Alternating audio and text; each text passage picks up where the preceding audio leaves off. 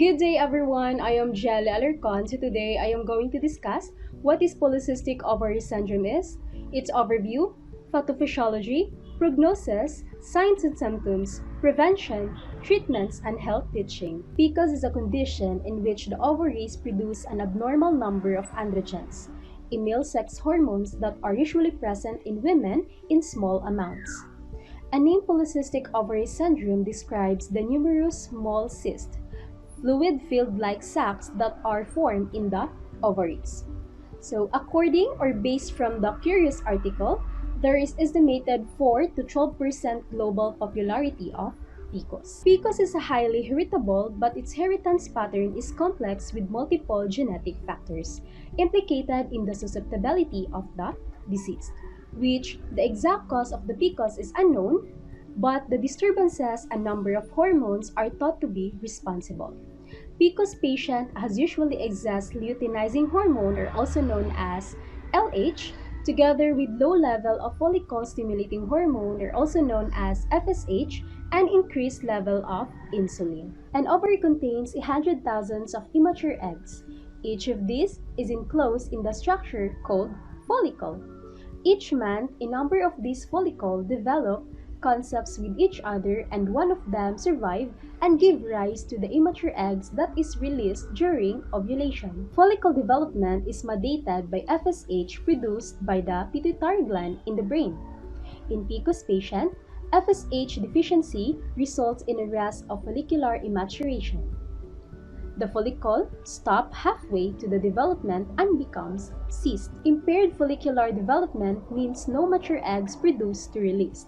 Hence, the absence of ovulation. Insulin is the hormones that are released by the pancreas that are necessary for the consumption of the blood glucose by the cells. Increased insulin level in PCOS patient is result of the body compensatory response resistance associated with PCOS. Excess insulin together with high level of LH indeed maintain overproduction of androgens by the ovaries. Prognosis. Women with PCOS are more likely to develop certain serious health problems. These include type 2 diabetes, we have hypertension, and cervical cancer.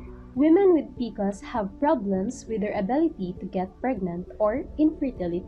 So what are the risk factors or the causes of PCOS? So first, we have insulin resistance, low-grade inflammation, heredity, and excess androgen. Some of the signs and symptoms of PCOS includes irregular periods, ovaries that are large or contains many cysts, hirsutism, weight gain, infertility, acne or oily skin, and dark or thick patches. So let's move on for the treatments of PCOS. Women with PCOS need a combination of lifestyle changes and medications to treat PCOS. If you do plan to become pregnant, your treatments may include drugs to induce ovulation, such as clomiphene citrate, letrozole, injectable ovulation induction, follicle-stimulating hormone, and human menopausal gonadotropin. We also have surgery, named laparoscopic ovarian drilling, a surgical treatment for PCOS which can help with ovulation. And lastly, in vitro fertilization, or also known as IVF. But if you do not want to become pregnant, your treatment may include hormonal birth control, insulin sensitizing medicines such as metformin, rosiglitazone, pioglitazone, and dichloroinositol. We also have medications to block androgens or anti-androgen drugs. These are apalutamide, nilotamide, and flutamide. And lastly, we also have lifestyle changes. Some of the health teachings that are applicable for the PCOS patients include eating nutritious food, exercising regularly, avoid smoking, and weight control. So that's the end of our discussion, and I hope you've learned something. Thank you!